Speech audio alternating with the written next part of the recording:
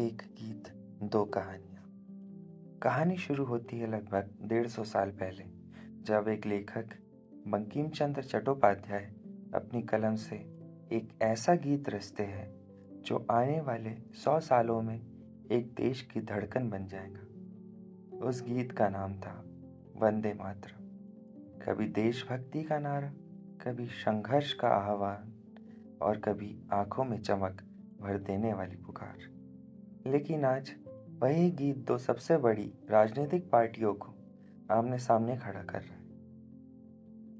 1947 देश आजाद होता है। नई संसद, नए नेता, नया संविधान और नए भारत को तय करना था कौन सा गीत इस देश की आत्मा का प्रतिनिधित्व करेगा। बहुत चर्चा हुई, बहुत बैठकों में बहस हुई और अंत में तय हुआ वंदे मातरम राष्ट्रीय गीत होगा। लेकिन सिर्फ उसकी पहली दो पंक्तियां। क्यों?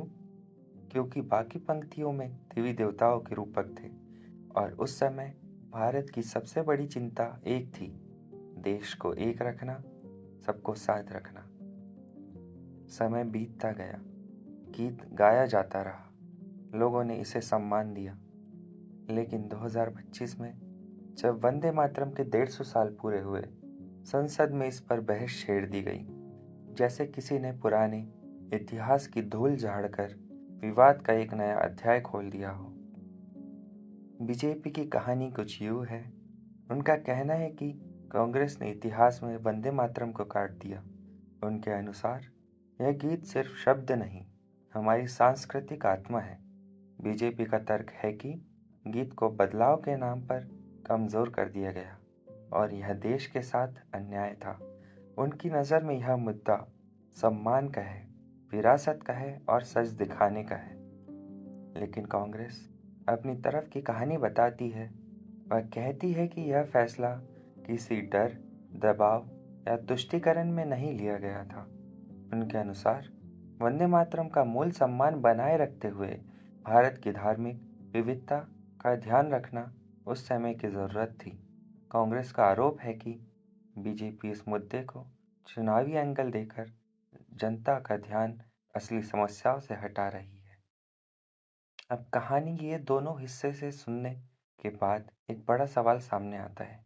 क्या विवाद वंदे मातरम का है या वंदे मातरम के बहाने राजनीति का? क्या यह भावनाओं की लड़ाई है या विचारधाराओं की? कुछ लोग कहते हैं यह सांस्कृतिक पहचान का सवाल है।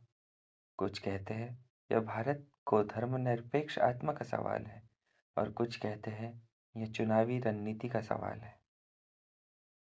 वंदे मातरम की ये यात्रा एक गीत से शुरू होकर आज राजनीति तक पहुंच गई है। पर कहानी यहीं खत्म नहीं होती, क्योंकि इसका अगला अध्याय आप लिखते हैं। आपके लिए वंदे मातरम क्या मतलब रखता है? क्या इसे पूरा गाया जाए या इतिहास की तरह दो पंक्तियां ही पर्याप्त है? कमेंट में अपना जवाब ज़रूर बताइए और अगर आपको यह कहानी पसंद आई हो तो वीडियो को लाइक करें और शेयर कीजिए। जय हिंद।